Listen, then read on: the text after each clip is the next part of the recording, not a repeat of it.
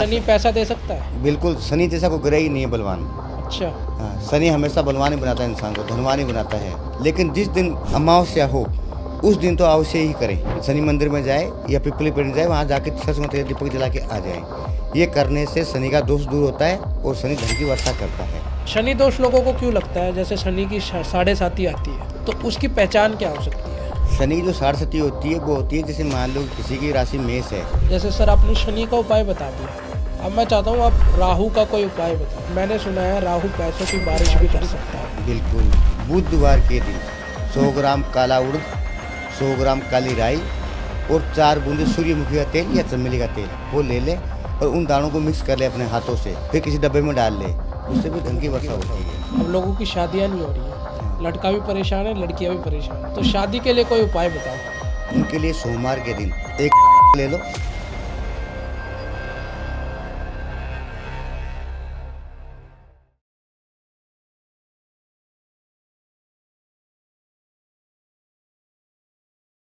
दोस्तों स्वागत है आपका आज के नए पॉडकास्ट में। आज है हमारे साथ आचार्य नेमित चंद जी, जो कि आज हमें कुंडली के बारे में समझाएंगे। कुंडली में क्या क्या दोष होते हैं हमारे, और यदि आपके डेट ऑफ बर्थ आपको नहीं पता फिर भी आप प्रश्न कुंडली बना सकते हैं, तो उसके बारे में सर से ज़रूर पूछेंगे कि बिना डेट ऑफ बर्थ आप अपनी कुंडली कैसे बना सकते हैं, कुंडली में लगे दोषों के बारे में, कुंडली में हमारे बिजनेस जो है, हमारा काम अटक क्यों रहा है, क्या दोष हमें लग गया है, तो सारी बातें आज करेंगे आचार्य नेमित चंद जी से। तो चलिए मिलते हैं आचार्य जी से। Thank you so much for coming sir. सबसे पहले तो जय श्री राम। जय श्री राम। शुरू करते हैं आज का पॉडकास्ट सर। बिल्कुल साहब। मैं चाहता हूँ सर आप है ना पहले अपने बारे में कुछ बताइए हमारी ऑडियंस को। मैं आचार्य नेमित चंद, ठीक है। मेरा काम सिर्फ ज्योतिष का है, जन्म पत्री देखकर हर चीज़ के बारे में बताना। जैसे मान लो आने वाले भविष्य में बीमारी क्या है, किस प्रकार की बीमारी आने वाली है, बच्चा जो छोटा है बड़ा होकर क्या बनेगा, कौन सी पढ़ाई कराएं उसको, कौन सी दिशा में भेजें उसको, मतलब बहुत सारी बातें जी, उन्हें शादी कब होगी, सब चीज़ें आती है इसमें। अच्छा, सारी चीज़ें आप बता सकते हो कुंडली देख के? कुंडली देख के। ठीक है। सबसे सर ये कुंडली होती क्या है, ये यूज़ में हिंदू धर्म में क्यों ली जाती है? जैसे मान लो किसी बच्चे का जन्म होता है, उस जन्म समय पुरानी परंपराएं बनी हुई है। जैसे मान लो कि हमारे घर में बच्चा पैदा हुआ है, इस बच्चा का क्या नाम है और इसकी राशि क्या है, तो वो उसी टाइम तय हो जाता है। जब समय बच्चे का जन्म होता है उस समय तय हो जाता है कि ये राशि है, ये लगन है, ये सब कुछ होता है। अब उसमें कौन सा ग्रह कहाँ बैठा है, उसका क्या प्रभाव है, कितनी दृष्टि गिर रही है, बच्चा बड़ा होगा कि नहीं होगा, इसकी हाइट क्या होगी, लंबाई क्या होगी, सारी चीज़ें बता देंगे? सारी चीज़ आती है कुंडली में। अच्छा। हाँ, फिर आगे चल बीमारी कौन सी होने वाली है, शादी कब होगी, अगर शादी देरी से है तो रुकावट क्या आ रही है, इनका ठीक है। समाधान भी है। जैसे कोई भी समस्या होता है समाधान भी होता ही है। ठीक है। तो वो होती है कुंडली की परंपरा ये। अच्छा, ये बनाई क्यों जाती है वैसे? ये बनाई जाती है कि शादी ब्याह देखने के लिए। कोई अधिकतर लोग तब बनाते हैं जब मुसीबत में आते हैं, अच्छा। पहले कोई बनाते ही नहीं है। अब बना लेते हैं तो दिखाते नहीं है, बनाई हुई हाँ। रखी हुई है। हाँ। जब कोई मुसीबत आती है तब निकालते हैं उसको बार बार कि यार क्या हो रहा है, ये हमारा ठीक क्या है। हो रहा है। अब बहुत सारे केस आते हैं ऐसे कि डॉक्टर पास गए थे और दवाई कोई लगती नहीं है और जांच करवाई, जांच में कुछ आया नहीं है। हाँ। तो वो सब ग्रहों का चक्कर होता है। हाँ, ग्रहों का चक्कर तो होता है हाँ, सर। कि एक मान लो साइकोलॉजी बन जाती है दिमाग में कि बीमार हूँ मैं, उसके ग्रह वो दिमाग में बिठाते हैं चीज़ें कि ये बीमार है, लेकिन बीमार होता नहीं है वो। डॉक्टर पास जांच करवाएगा, जांच में कुछ आएगा नहीं, दवाइयाँ खाएगा, दवाई खाने कुछ होगा नहीं। तो ये चीज़ें कुंडली में सब निकल जाती है, कहाँ से पैदा हो जाती है, दिखते हैं ये परेशानियाँ। सर जैसे कुंडली बनाई जाती है, कुंडली बनाने का सही समय क्या होता है? या तो सही समय, जन्म के बाद ही बना लेनी चाहिए? हाँ, जब बच्चा जन्म लेता है उस समय हम बच्चे का नामकरण करते हैं तो उस समय बना लेनी चाहिए कि उसमें सारी चीज़ आती है कि नामांकन कब कराना है, कब जच्चा बच्चा को बाहर निकालना है, कब सूर्य को जल देना है, ये सब चीज़ें कब छठी पूजा करवानी है, सब उसी समय निकल जाती है वो। अच्छा, तो कुंडली उस समय देखते बना हैं। लो। और जब बच्चे की जब उम्र हो जाए 3-4 साल की, स्कूल डालना हो, तब दिखा लो कि हमें उसको स्कूल कब डालना है। हाँ। फिर उसके बाद में जब बच्चा बड़ा हो जाता है कि आगे उनको कौन सा सब्जेक्ट दिलाएँ पढ़ने के लिए, कि हाँ। क्या बनेगा, डॉक्टर बनेगा, इंजीनियर बनेगा, क्या बनेगा, तो वो चीज़ निकल जाती है। उसके बाद शादी ब्याह का टाइम आता है तब निकालनी पड़ती है। हाँ। तो जो समय आता है उस समय निकालते रहो। हाँ, ज्योतिष जो होगा तो वो आपको बताएगा बीच-बीच में कि इस बच्चे का अभी ये ग्रह चल रहा है, तो ये दिक्कतें आने वाली है, परेशानी आने वाली है, उनसे छुटकारा कैसे पाया जाए, वो भी आपको पता लग जाएगा उसमें। ज्योतिष शास्त्र जो आप करते हो, जो भी करते हो आप, उससे आप क्या क्या चीज़ें बता सकते हो? मतलब जीवन में घटने वाली सब घटनाओं के बारे में, जो आने वाली समस्या है उनके बारे में, जो अच्छा होने वाला है उनके बारे में, जो बुरा होने वाला है उनके बारे में। अच्छा, सारी चीजें आप बता सकते हो हाँ। कुंडली देख के। कुंडली देख के। और सपोज किसी के पास कुंडली नहीं है। कुंडली नहीं होती तो उनका होता पर्सनल कुंडली बनती है उनकी। अच्छा। जिस समय वो इंसान हमारे सामने आया है, हमसे बात कर रहा है, उस समय हमने उसको फ़ोन किया है, वो समय लेना पड़ता है हमें। अच्छा। उसी से बनती है पर्सनल कुंडली कि जिस समय कौन-सा लगन है और उस लगन की कौन-सी कुंडली बन रही है, तो उसमें उनका लगन पर्सन निकल के आ जाएगा। कोई भी व्यक्ति अपनी कुंडली बना सकता है। हाँ, कोई भी बना सकता है, उनके पास डेट ऑफ बर्थ और टाइम होना चाहिए। अच्छा, नहीं जैसे पर्सनल कुंडली की मैं बात कर रहा हूँ तो वो कोई भी बना सकता है। हाँ, कोई भी बना सकता है। क्या तरीका होता है उसका बनाने का? जिस समय वो हमें बात करेगा, वो ही समय हम लेते हैं उसमें, कि इस समय हमने पहली बार उनसे मुलाकात हुई थी, वो पर्सनल कुंडली होगी। उसने प्रश्न पूछा, उस पे कुंडली बन गई पूरी। अच्छा, पहला पर्सन जो पूछा उससे कुंडली बन गई पूरी। हाँ, वो अच्छा, कौन-सा समय था। ठीक है। कुंडली में सर मैंने सुना है ना, जैसे कुंडली में कुछ दोष होते हैं, तो हाँ, उन दोषों के बारे में थोड़ा कुछ बताएं। कुंडली में दोष होते हैं, जैसे मान लो कि एक तो बच्चा छोटा होता है बचपन में, हम्म। तो उसके लगन में अगर मंगल बैठा है, तो उसे भौम दोष कहा जाता है कि बच्चे बचपन में आँखें ठेर जाना, भेंगापन आ जाना, हाथ-पैर में फ्रैक्चर हो जाना या एक अंग भंग हो जाना, तो भौम दोष कहा जाता है उसको। अच्छा। उसके बाद में देखा जाता है, जैसे मान लो कि शादी नहीं हो रही है, कोई दिक्कतें हैं, परेशानियाँ हैं, तो उसमें मंगल दोष भी हो जाता है। ठीक है। कुछ समस्या ऐसी होती है कि बच्चों का ये बातें, जैसे मान लो डॉक्टर के पास नहीं बताएगा जाकर कि उसको पति-पत्नी बीच में अनबन क्यों हो रही है। ठीक है। क्योंकि दोनों में एक-दूसरे को जान-पहचान वाली क्षमता नहीं होती है। और दूसरी बात, कुछ चीज़ें होती है कि शुक्र किसका अस्त है, तो सेक्स में उसको दिक्कतें आती है। तो वो सब ग्रह निकल के आते हैं कि कौन-सा ग्रह कहाँ बैठा, कौन-सी परेशानी करता है। दोस्त तो बहुत सारे होते हैं, अच्छा। लेकिन हर कुंडली में नहीं होता है। किसी-किसी कुंडली में होता है तो समाधान भी होता है। सपोज सर जैसे अभी रिसेंटली एक घटना घटी है, हुँ, शेफाली जरीवाला, हुँ, जो कि महाराष्ट्र में बहुत अच्छी एक एक्ट्रेस है, हुँ, उनकी अकाल मृत्यु होगी। हुँ। तो उनकी कुंडली में ऐसे क्या दोष होंगे जिनकी वजह से उनको अकाल मृत्यु हुई है? जैसे मान लो अधिकतर कुंडलियों में कालसर्प योग पाया जाता है। काल सर्प दोष। हाँ, जिस कुंडली में संपूर्ण कालसर्प योग होगा, उनकी मृत्यु अकस्मात ही होती है। ठीक है। चाहे आप भारत में किसी को देख लो या विदेश में किसी को देख लो, जिस जिनका कालसर्प योग है वो इंसान नामिक होते हैं, उनको दुनिया जानती है। उनकी मृत्यु भी अकस्मात होती है कि अपना नाम कमा लेते हैं वो, छोटी उम्र में नाम कमा लेते हैं, फिर मृत्यु वैसे ही होनी उसकी अकस्मात। चाहे अच्छा। कोई किसी ने गोली मार दी हो, आत्महत्या कर ली हो, पानी में डूब गया हो, दम घुट गया हो, ऐसी ही मृत्यु होती है उनकी। ये कालसर्प योग वाली होती है ऐसी। अच्छा, काल सर्प दोष जिसकी कुंडली में हाँ, होगा तो हाँ, मतलब सक्सेस जल्दी मिल जाएगी हाँ, उसको। मरने से पहले भी नाम कमाएगा, मरने के बाद भी नाम कमाएगा, दुनिया कहेगी वो मर गया। अच्छा। ये होता है कालसर्प योग। काल सर्प दोष, अगर किसी की कुंडली में काल सर्प दोष है हाँ, तो मान लो उसको पहचाना कैसे जा सकता है?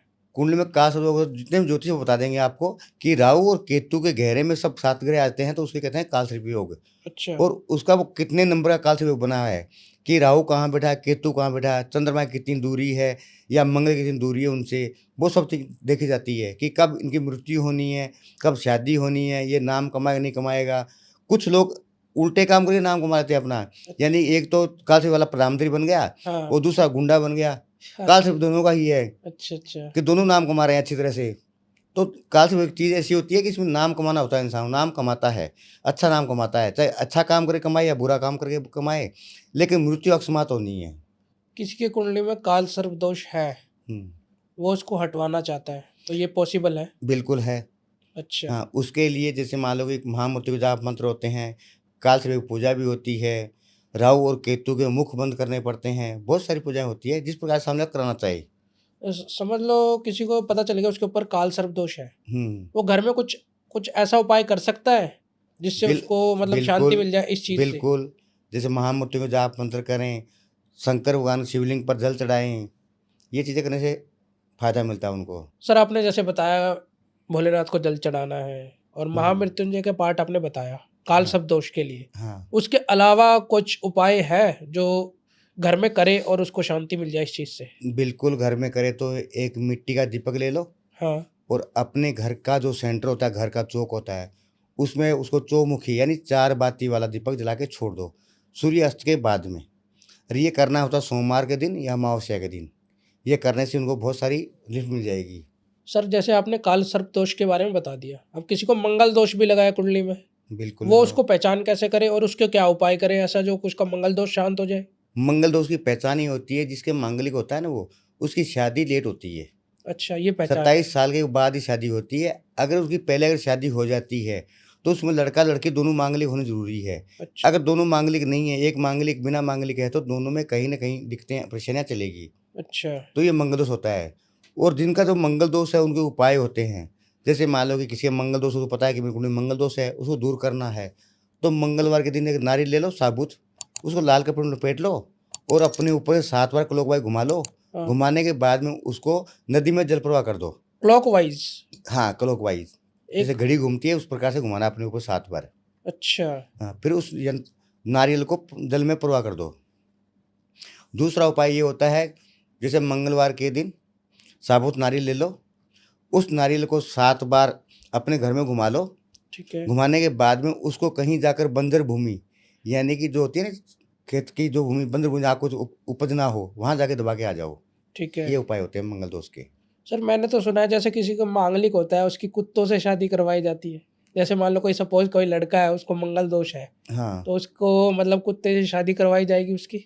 बहुत ताती खिचड़ी खाने वाली बात होती है। अच्छा जैसे मान लो कि उसकी शादी तो होनी 27 साल की उम्र बाद में, और उसको पहले करनी है, अच्छा तो पहले अगर शादी किसी से कर देंगे तो वो रिश्ता तो टूटना है, या दोनों में एक को मरना है, तो या कुत्ता मर जाएगा या फिर वो मर जाएगा।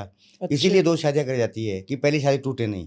अच्छा तो इसीलिए कुत्ते से शादी करवाई जाती है। हाँ, तो ये कुत्ते वर्क से वर्क क्योंकि वगैरह हाँ, ये वर्क करता है ना? करने में कुछ नहीं करता ये, बस एक टोटके बना दिए तो चलता रहता है ये ये। मिथ है मतलब हाँ, मतलब लेकिन ऐसा ये कुछ नहीं है। ऐसा कुछ नहीं है। हाँ, लेकिन शादी तो वो एक ही होती है। अगर 27 साल बाद में अगर, तो बहुत ही बढ़िया होती है शादी। उससे पहले करनी है तो लड़का लड़की दोनों मांगलिक हो, तब की अच्छा जाती है। तो मांगलिक जैसे मान लो सपोज कोई बच्चा पैदा हुआ है, हाँ हमें जानना है कि वो उसके ऊपर मंगल दोष तो नहीं है, हाँ, तो तो क्या चीजें देखनी चाहिए ऐसी? उसी कुंडली में मंगल देखा जाता है कि 1, 4, 7, 8 और 12वें घर में मंगल बैठा है तो मांगलिक है।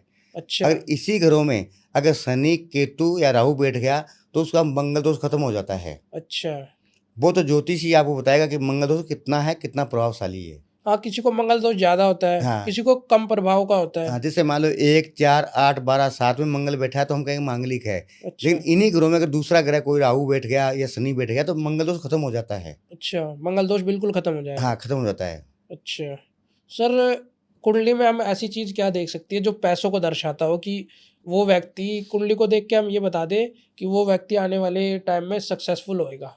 बिल्कुल, जैसे मान लो कि उसकी द्वितीय भाव में कौन सा ग्रह बैठा हुआ है अच्छा और द्वितीय भाव का स्वामी कहाँ बैठा हुआ है। अच्छा तो कुंडली में जो लगन कुंडली होती है वो द्वितीय भाव देखा है धन के लिए।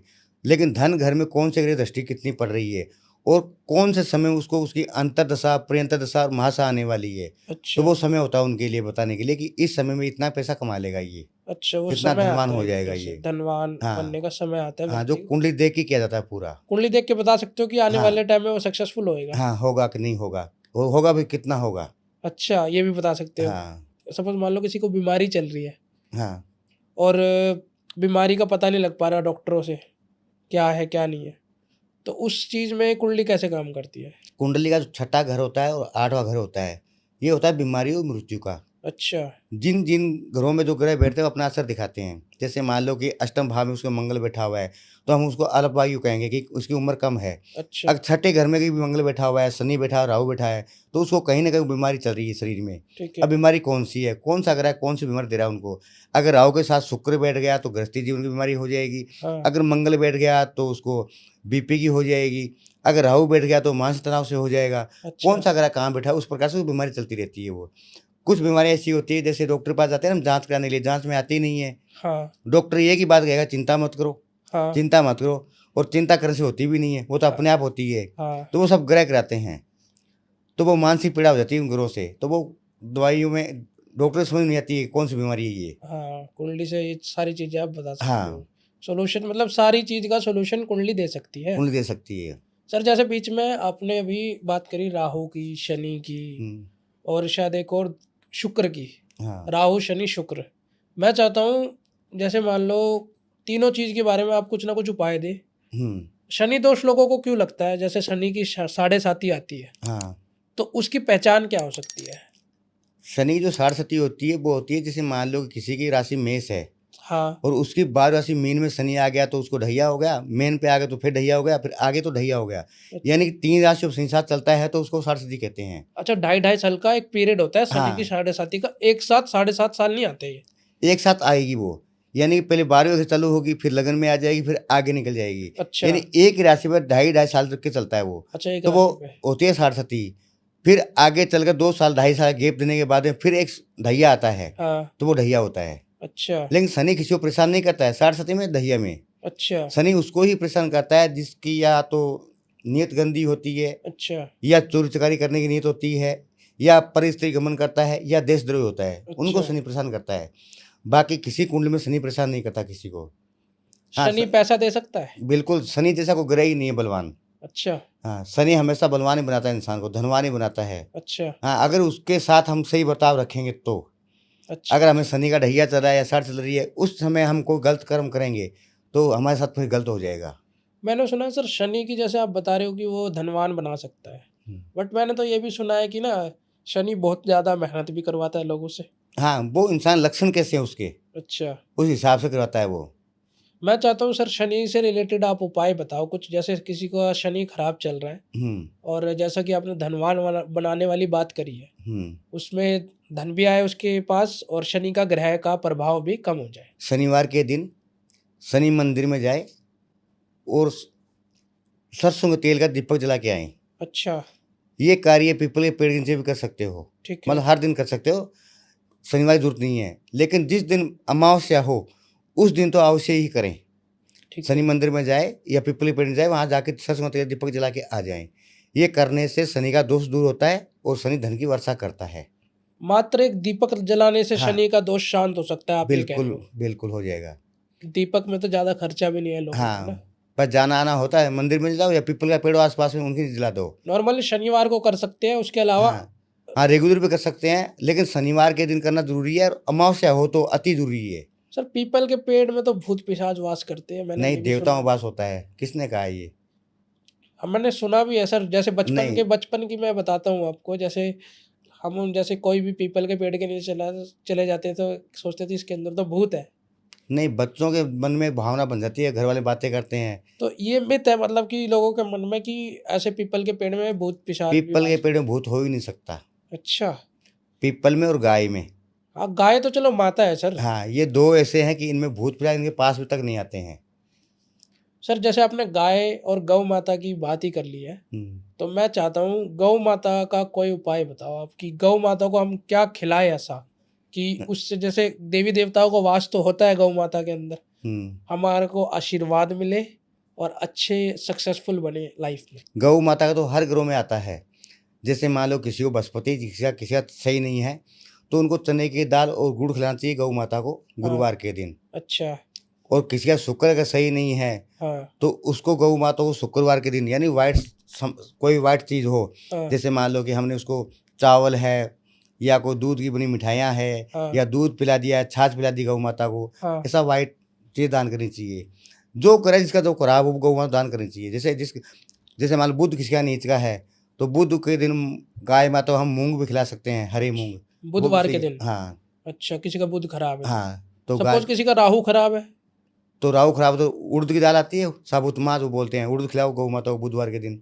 अच्छा, आप कह रहे हो कि सारे ग्रह शांत करने से गौ हाँ माता का एक उपाय कारगर है। हाँ, जो नवग्रह है तो उनके नौ अनाज भी होते हैं। मैं चाहता हूँ आप सारी चीज़ें बताओ, जिसका कोई भी ग्रह खराब है वो गाय को क्या खिलाना चाहिए। हाँ, तो मैं चाहता हूँ लाइन वाइज बता दो सर आप। बिल्कुल। ये तो आपने नई चीज़ बता दी सर, मैंने कहीं नहीं सुनी है। जैसे मान लो कि आज सोमवार है, ये मान लो आप, हाँ अगर किसी का चंद्रमा डाउन है हाँ तो वो गौ माता को वाइट, जैसे मान लो कि चावल खिला दिया, गेहूं का आटा की गोलियां बना खिला दी, या रोटी बना खिला दी ठीक है सोमवार के दिन। ठीक है। किसी का मंगल नीच का है, हाँ, तो मंगलवार आ गया। हाँ, तो मंगलवार आ गया तो मंगल का धान होता है। जैसे मान लो कि राजस्थान में या मोठ बोलते हैं, मोठ जो लाल रंग के आते हैं, चने जैसा होता है। अच्छा हाँ राजमा जिसे बोलते हाँ हैं, हाँ। तो राजमा खिला दो मंगलवार के दिन, लाल रंग का। तो उससे गाय को नुकसान तो नहीं होगा? नहीं नहीं नहीं, अच्छा हाँ, सारे अन्न है ये, कोई भी अन्न किसी को पशु को हानि नहीं करता है, अच्छा। लेकिन गाय को खिलाना चाहिए। जैसे उसके बाद मान लो बुधवार आ गया, हाँ जी तो बुधवार राहु खराब है या किसी का बुध खराब है, हाँ। तो उस दिन मूंग खिला दो या उड़द खिला दो गाय माता को। ठीक उसके है। बाद बृहस्पति खराब है किसी का, हाँ तो बृहस्पतिवार के दिन चने की दाल है, गुड़ है, वो खिला दो। हाँ फिर उसके बाद शुक्रवार आ गया, तो क्या शुक्र नीच का है, तो हाँ। उस दिन शुक्रवार के दिन जैसे चना होता है या फिर बाजरा ले लो, बाजरा खिला दो। हाँ फिर शनिवार के दिन आ गया तो गाय माता को जैसे मान लो कि काली वस्तु, जैसे मान लो कि काला जो धान आता है, जैसे उड़द है, हाँ मूंग है, हाँ, मोठ है, ये चीज़ खिला दो। मतलब उबाल के ना, मतलब हाँ कच्चा तो नहीं ना? हाँ, उबाल के ही सारा सब उबाल के अच्छा, खिलाया जाता और है। संडे रह गए सर? हाँ संडे तो को तो सर सब पार्टी करते हैं। हाँ नहीं, संडे को खिलाओ ना गाय माता को, जैसे बाजरा खिलाओ संडे को, मोटा संडे को धान कहते हैं उसको। बाजरा। हाँ खिलाओ। अच्छा, हाँ, हर बार का हर दिन होता है उसका। और सपोज सर मान लो किसी के पास, व्यक्ति के पास, जैसे आपने दिन बता दिए, हम्म, कोई मिस हो जाता है, तो मैं चाहता हूँ कि एक उपाय ऐसा भी बता दो कि उसके सारे ग्रह शांत हो जाए एक गौ माता को कुछ खिलाने से। अब गौ माता को खिलाने के लिए अमावस्या के दिन होता है। कोई भी इंसान कभी भी अमावस्या के दिन गाय को चारा खिलाते रहो। कोई भूल चूक हो तो सब माफ़ हो जाती है, किसी दिन नहीं कर पाया तो वो भी माफ़ हो जाता है, लेकिन अमावस्या के दिन को गाय को चारा खिलाते ही रहना चाहिए। हरा चारा। हाँ, हरा चारा, और रेगुलर खिलाओ तो और भी बढ़िया है। आजकल तो सर मैंने देखा ना, गौ माता जैसे मान लो गंद भी, मतलब वहाँ लोग बाग पन्नी में सारी चीज़ें फेंक के चले जाते हैं, वहाँ पे गौ माता वगैरह खाना खाती है। हम्म, तो मतलब उससे देख के हमारे भी मन में होता है कि जैसे उनके घर अंदर प्लास्टिक कोई चला जाता है, उनको बहुत नुकसान भी होता है। नहीं, इसके बारे में तो सरकार ही कुछ कर सकती है, नगर पालिका, नगर निगम। हम कुछ नहीं कर, हम देख सकते हैं। गाय खाती है तो हम उसको आगे निकाल देंगे, अपने घर तो लेके जाएंगे ही नहीं। हाँ आपको कचरा फेंकेगा तो कचरा फेंकने वाला हम रोक नहीं सकते। हाँ, रोक नहीं सकते। हाँ, कचरा हम कचरा दान में डालते हैं तो हाँ गाड़ी वाले जाके वहाँ डालते हैं तो वहीं गाय गाय पहुँच जाती है। हाँ, तो इसमें हम क्या कर सकते हैं? कर तो कुछ नहीं सकते सर, हाँ, ये तो बात वो तो तो है। नगर निगम नगर पालिका है, जहाँ इनकी गौशाला बनी हुई है वहीं इनको जाना चाहिए।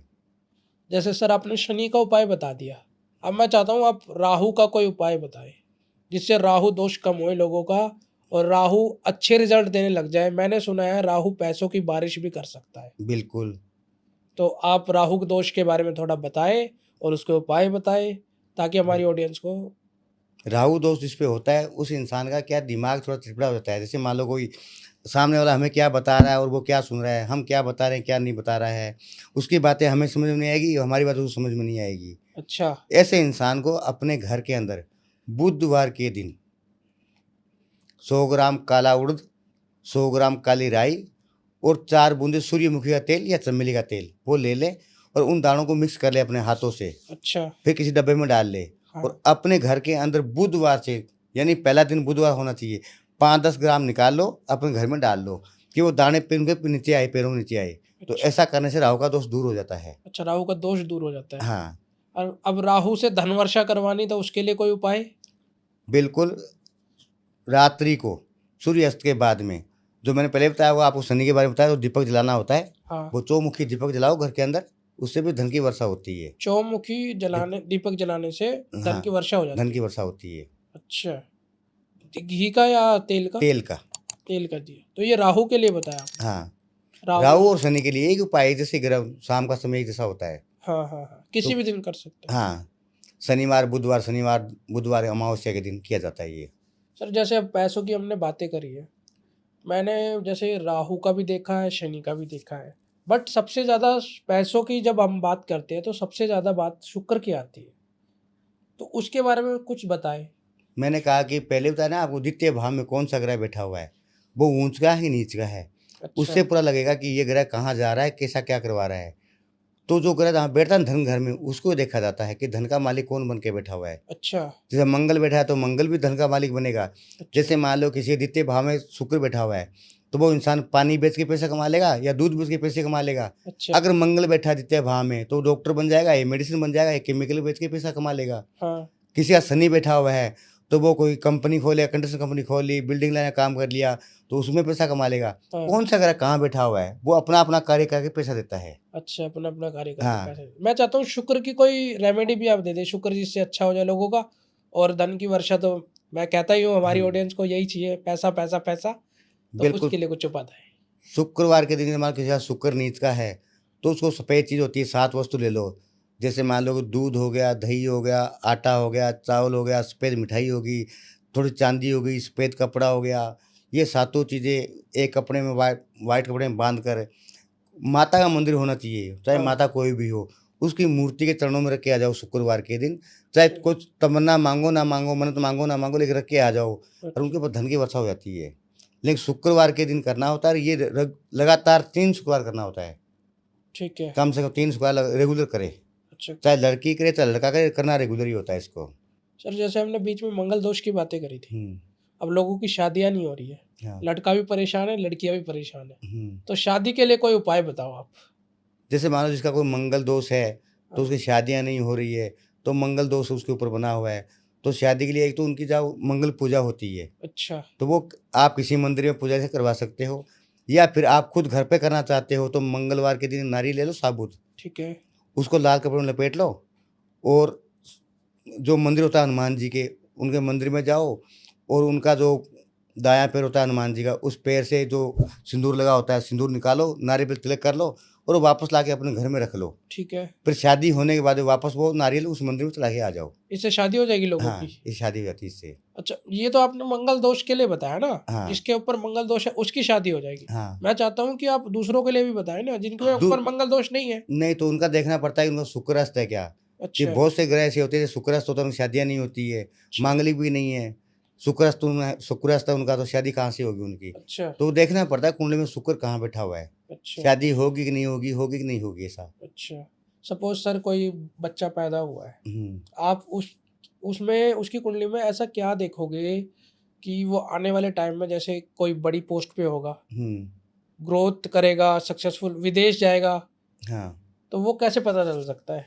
जैसे मान लो कुंडली में कौन सा ग्रह कहाँ बैठा है, लेकिन 12वें घर में राहु बैठा हुआ है, तो लड़का विदेश जाएगा। जाएगा ही जाएगा। हाँ, विदेश जाएगा। 11वें घर में राहु बैठा हुआ है, तो वो इंडिया में रहेगा लेकिन अच्छा पैसा कमाएगा। अगर 10वें घर में राहु बैठा हुआ है, तो वो पिता का जो कारोबार होगा उसको सँभाल लेगा। अच्छा, जैसा कौन सा ग्रह कहाँ बैठता है उस प्रकार से देखा जाता है। मतलब सारी पावर ग्रह की है। ग्रह की पावर होती है ये। सारे ग्रह को अच्छा करना है। हाँ। आपने गौ माता का एक उपाय तो बताया है, मैं हुँ। चाहता हूँ एक और आप उपाय बताओ, सारे ग्रह शांत हो जाए लोगों के। सारे ग्रह शांत हो जाए सबके, तो ऐसी कोई रेमेडी नहीं है, हर ग्रह अपनी-अपनी चाल चलते हैं। अच्छा, हाँ, कि कुंडली में कोई न कोई ग्रह तो आता-जाता रहेगा, कि इंसान तो एक होता है, ग्रह 9 होते हैं। हाँ, एक गया, दूसरा है, दूसरा है, तीसरा गया। हाँ, तो सब ग्रह ठीक नहीं हो सकते किसी के भी, कोई न कोई ग्रह में कमी होती ही होती है। अच्छा, अच्छा, और इंसानी कभी लालसा खत्म नहीं होती है, किसी हाँ। प्रकार की हो, वो चाहे पैसे की हो, कमाने की हो, परिवार की हो, तो वो चलती रहती है वो। सर हम ऑफ द कैमरा भी बात कर रहे थे कि आपने ब्लैक मैजिक के बारे में कुछ बताया था। आपने बताया था कि मैं ब्लैक मैजिक करता नहीं हूँ, इसको तोड़ता भी हूँ, बिल्कुल। क्योंकि करता नहीं हूँ बिल्कुल भी, लेकिन तोड़ता ऐसा हूँ कि हाँ, तो वापस कभी आएगा ही नहीं। बिल्कुल कभी नहीं आएगा वो। आजकल बहुत सारे तांत्रिक होते हैं जो इस चीज़ में माहिर हो गए वो, कि हाँ, तंत्र करने में। हाँ, लेकिन कर तो देते हैं, लेकिन तोड़ना बड़ा असंभव होता है उनके लिए। कर हाँ, तो वो देते हैं, लेकिन तोड़ना असंभव होता है उनके लिए। लेकिन हमारा जो काम है वो ऐसा तोड़ते हैं हम, कि कभी दोबारा होता ही नहीं है। अच्छा, और हर किसी को तंत्र चलता भी नहीं है, अच्छा। क्योंकि ग्रह अच्छे होते हैं तो तंत्र नहीं चलेगा, जिसके ग्रह खराब होते हैं उनको तंत्र चलता है। अच्छा सर ये बताओ, पहले तो वो आप बताने वाले हो तो हुँ, उसके अलावा एक चीज़ और बताओ, जैसे आपने ग्रह खराब होता है वो बताया, हाँ, ये भी चीज़ देखी जा सकती है ग्रह को देख के कि वो आदमी नेगेटिव इम्पैक्ट में आएगा ही आएगा। आएगा, आएगा। हाँ, कि जिसके ग्रह खराब होगा तो उस पर हर इंसान दुश्मन बनेगा उसका। हाँ, तो दुश्मन बनेगा तो तंत्र मंत्र कराएगा वो। हाँ, अगर जब ग्रह ही अच्छे हैं तो कोई दुश्मन बनेगा भी नहीं, तो तंत्र मंत्र होगा भी नहीं। हाँ, बिल्कुल। अब कुछ लोग कहते हैं तंत्र मंत्र हम कर देंगे, कर तो दोगे, लेकिन तोड़ेगा कौन उसको? हाँ, लेकिन हमारे पास वो है कि जो किसने कर दिया, और करने वाला धरती पे है या ना है, मर गया, करने वाला वापस ठीक करेगा नहीं करेगा, लेकिन वो हमारे पास आए तो हम उसका तंत्र मंत्र तोड़ देंगे, अच्छा, जड़ से खत्म कर देंगे, कि अच्छा। कभी जिंदगी में दोबारा होगा भी नहीं। तो उसके अलावा कुछ उपाय भी कर सकता है वो? मतलब पहले तो पहचानने का उपाय बताओ, फिर उसका तोड़ने का उपाय बताओ आप। जैसे मान लो कि तंत्र मंत्र जिस पे होता है, जैसे मान लो कई प्रकार के होते हैं, एक तो किसी को वश में करना होता है, हाँ, कि वशीकरण उसके ऊपर कर दिया है, हाँ, तो वो एक इंसान एक के बस में हो गया, उसकी बातें मान रहा है, वो कह रहा है वैसा ही कर रहा है, सब उसके अधीन हो गया उसका जीवन ही, तो वो वशीकरण हो गया। अच्छा, अगर किसी घर के अंदर बार बार हानियाँ हो रही है, नुकसान हो रहे हैं, तो घर में किसी ने तंत्र मंत्र करा दिया होगा, इसलिए दिक्कतें आ रही होगी। अच्छा, या कोई इंसान बीमार है, कोई बीमारी है ही नहीं, दवाई लग नहीं रही है उसको, डॉक्टर जाँच में कुछ आ नहीं रहा है, तो कहीं न कहीं उसको तंत्र मंत्र है। तो ये सब चीज़ें देखी जाती है कि तंत्र मंत्र क्यों होता है, जिसका ग्रह खराब होता है उसमें हो जाएगा, और जिसका सही है उसमें होगा भी नहीं। कौन सा ग्रह कहाँ बैठा हुआ होता है? मतलब पता चल जाएगा कि जैसे 1, 4, 8, 12 में जो ग्रह बैठते हैं वो ग्रह नीच के हो जाते हैं। तो जैसे मान लो राहु बैठा है अष्टम भाव में, तो इंसान मानसिक रूप से परेशान हो गया, तो वह तांत्रिक मान लो उसको। जिसके 12वें घर में राहु बैठा हुआ है तो वो मेंटल ज़्यादा टाइप की बातें कर रहा है, तो वो मान लो जिसके अष्टम भाव में मंगल बैठा हो बीमार पड़ा हुआ है, या तो छठे ग्रह में मंगल है तो बीमार है, तो कहीं ना कहीं ऐसा मान लेते हैं कि उसको तो अंतर किया होगा, लेकिन ठीक है। सबको ग्रहों का होता है ये। अब जैसे नेगेटिव एनर्जी घर में पता चलेगी कि नेगेटिव एनर्जी है, हाँ उसको उसके लिए कुछ उपाय बताओ जिससे नेगेटिव एनर्जी दूर हो जाए लोगों के घर से। बिल्कुल। जैसे मान लो कि किसी ने कह दिया कि आपके घर में किसी ने करवा दिया है, हाँ। तो उसको दूर करने के लिए आपने लोबान का नाम सुना होगा। लोबान। हाँ, हाँ धूप आती है। बिल्कुल। हाँ, तो लोबान का घर में धुआं करे, और हो सके तो किसी पंडित या किसी ज्योतिष को बुला के घर में हवन करवाओ, या खुद भी कर सकते हैं, आहुतियाँ दे सकते हैं, गायत्री नाम से आहुतियाँ लगाते रहो घर में, तो उससे सही हो जाएगा वो। गायत्री मंत्र की। हाँ। अच्छा सर, जैसे हम कुंडली की बात कर रहे हैं, शादियों में कुंडली क्यों मिलाई जाती है? और जो कहते हैं ना 36 में से 36 गुण मिलते हैं, उसके बारे में थोड़ा कुछ बताओ आप। नहीं, 36 में 36 गुण तो मिलते हैं, असंभव है, लेकिन मिल जाते हैं तो दोनों एक जैसे हो जाते हैं। अच्छा। इतने मिलने भी नहीं चाहिए। अच्छा, मिलने नहीं चाहिए। हाँ, यानी कि 18.5 से ऊपर मिलने चाहिए, और 32 तक मिल जाने चाहिए। अच्छा, जिससे 32 से ऊपर गुण मिल रहे हैं तो शादी में नुकसान हो सकता है उसको? नुकसान नहीं, दोनों एक जैसे हो जाते हैं वो, अच्छा कि दोनों अगर 7 है तो 7 है, तू अलग है तो मैं अलग हूँ, अच्छा। अच्छा। दोनों एक जैसे हो गए वो, कि उनके दोनों की 36 गुण मिल गए, दोनों एक जैसे हो गए, सेम टू सेम हो गए वो, हाँ। कि तुम्हें खाना है मुझे नहीं खाना है तो नहीं खाना, मत खा, ये चीज़ होती है। और किसी के गुण ही नहीं मिल रहे कुछ हाँ, भी? तो वो सबसे बढ़िया बात होती है कि सबसे बढ़िया बात होती है। हाँ, जिसने कुंडली मिलाई नहीं है, शादी कर ली है, तो वो अच्छा। सबसे बढ़िया चीज़ होती है। अरे कुंडली मिलाने में ये होता है कि जैसे मान लो हमने लड़की पसंद कर ली, बहुत सारे लव मैरिज करते हैं शादियाँ, हाँ। तो घर वाले फिर मानते नहीं, मानते नहीं, मान जाते हैं, तो कुंडली मिलाओ, तो कुंडली मिलती नहीं है, कि प्यार तो कोई कुंडली मिला के होता नहीं है, हाँ। वो तो अचानक ही होता है। हाँ। तो कुंडली जब मिली ही नहीं है तो फिर शादी कैसे होगी उनकी? तो अच्छा। उनके लिए फिर उपाय होते हैं वो, अच्छा। कि कुंडली में कौन सा ग्रह दोष होता है, कहाँ बैठा है, कितने गुण मिल रहे हैं, ग्रह मैत्री मिल रही है नहीं मिल रही है। अगर सपोज किसी का कुछ भी गुण नहीं मिल रहा, आप कह रहे हो वो अच्छी बात है, और मैंने तो ये सुना है हाँ। कि 36 में से 28 गुण मिल रहे हैं तो बल्ले बल्ले है लोगों की, हाँ शादियां बहुत चलेगी। बिल्कुल, लेकिन जिसके 28 गुण मिलते हैं उनको नाड़ी दोष होता है। नाड़ी दोष। हाँ, अच्छा। यानी कि जितने दो कुंडली जो मिलती है उनको कहीं का दोष निकल के आता है, लेकिन 28 गुण मिलने वालों का नाड़ी दोष निकल के आता है। अच्छा। लेकिन नाड़ी दोष सिर्फ लागू होता है कुछ जातियों पर, बाकी अदर के नहीं होता है वो। अच्छा। अच्छा, ओनली मतलब कुछ ही जातियों पे लागू होता है हाँ नाड़ी दोष का। हाँ, उन्हीं पर लागू होता है, अच्छा। बाकी अदर पे नहीं होता है ये। ठीक है सर, जैसे आपने शादियों की बात कराई, हस्बैंड वाइफ में बनती नहीं है, हम्म। लव मैरिज भी आजकल लोग बहुत कर रहे हैं, प्यार में पड़ जाते हैं। सपोज किसी का रिलेशन अच्छा नहीं चल रहा, उसको क्या उपाय ऐसा करना चाहिए कि उसका रिलेशन अच्छा चलने लग जाए?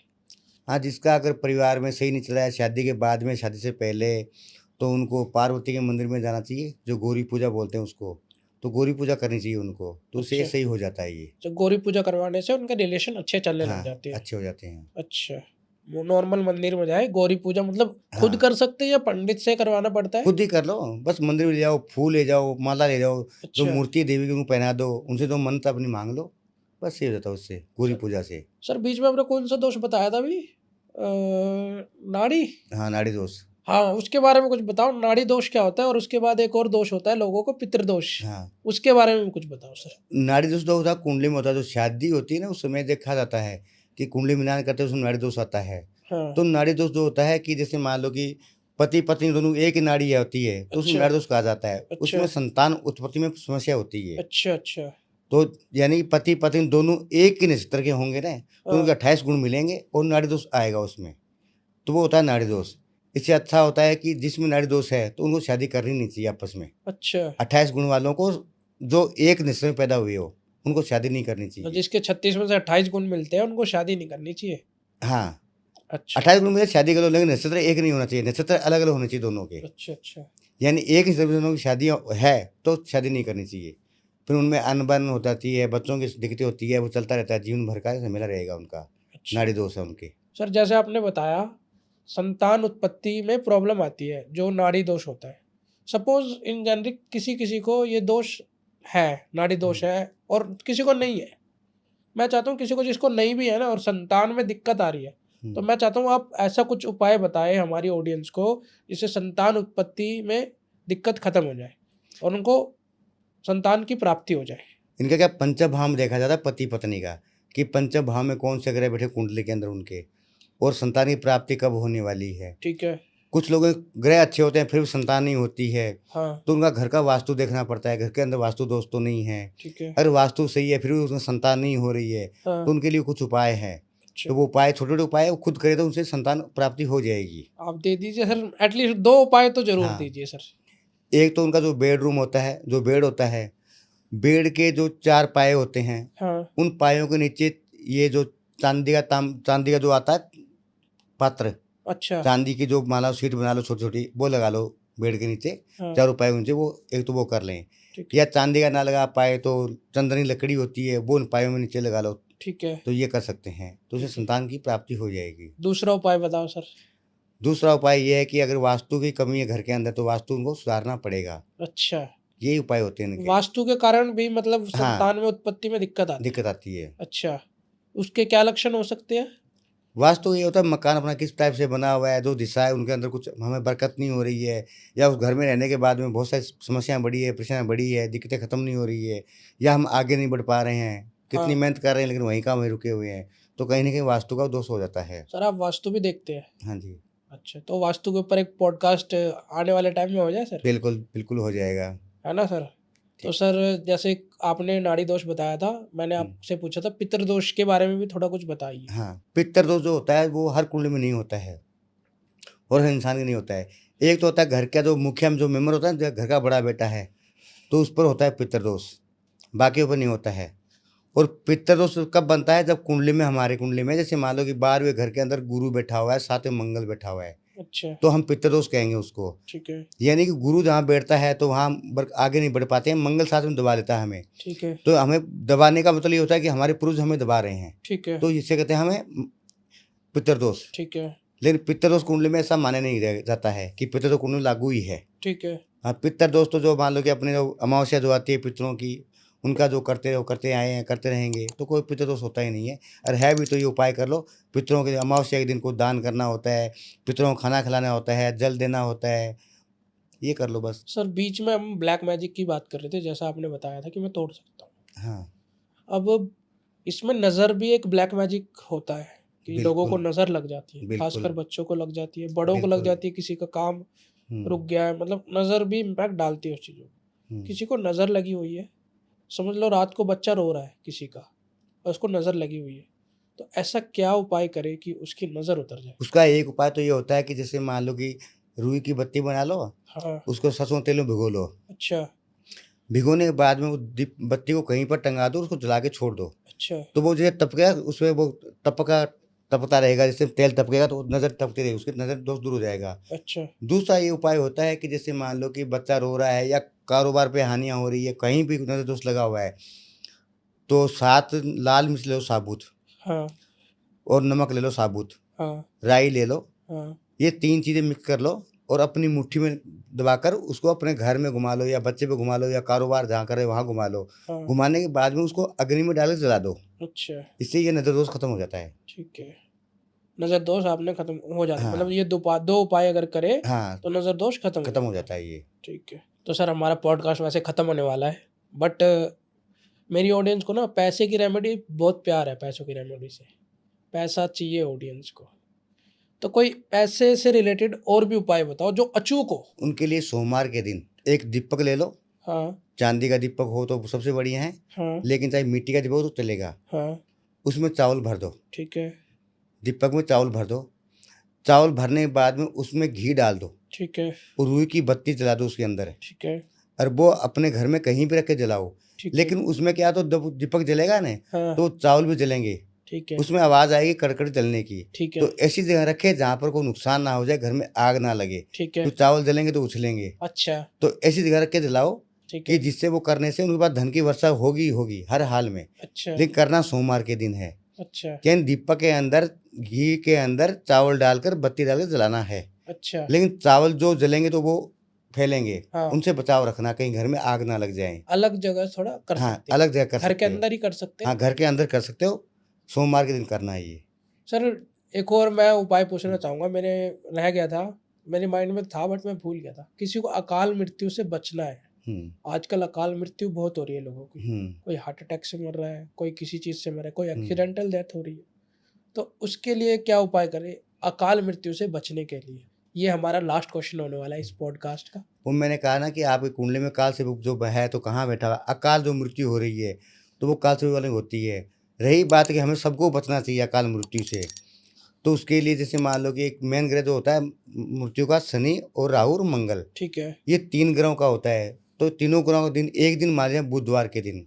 हाँ बुधवार के दिन आप गौशाला में जाओ या कहीं चौरस्ते पे जाओ, वहाँ की मिट्टी ले आओ, ठीक या है। तो गौशाला की मिट्टी ले आओ फिर या चौरस्ते की मिट्टी ले लो। ठीक है। वो मिट्टी ला के अपने घर में रख लो हाँ और उस मिट्टी का एक दीपक बना लो। ठीक है। उस दीपक में आप रुई की बत्ती बना के जलाते रहो उसको, ठीक है। लेकिन मिट्टी का होना चाहिए। मिट्टी या चुराए की हो या गौशाला की हो। सर चौराहे की मिट्टी जैसे आपने बताया, चौराहे पे तो मैंने सुना है कि ब्लैक मैजिक ज़्यादा होता है।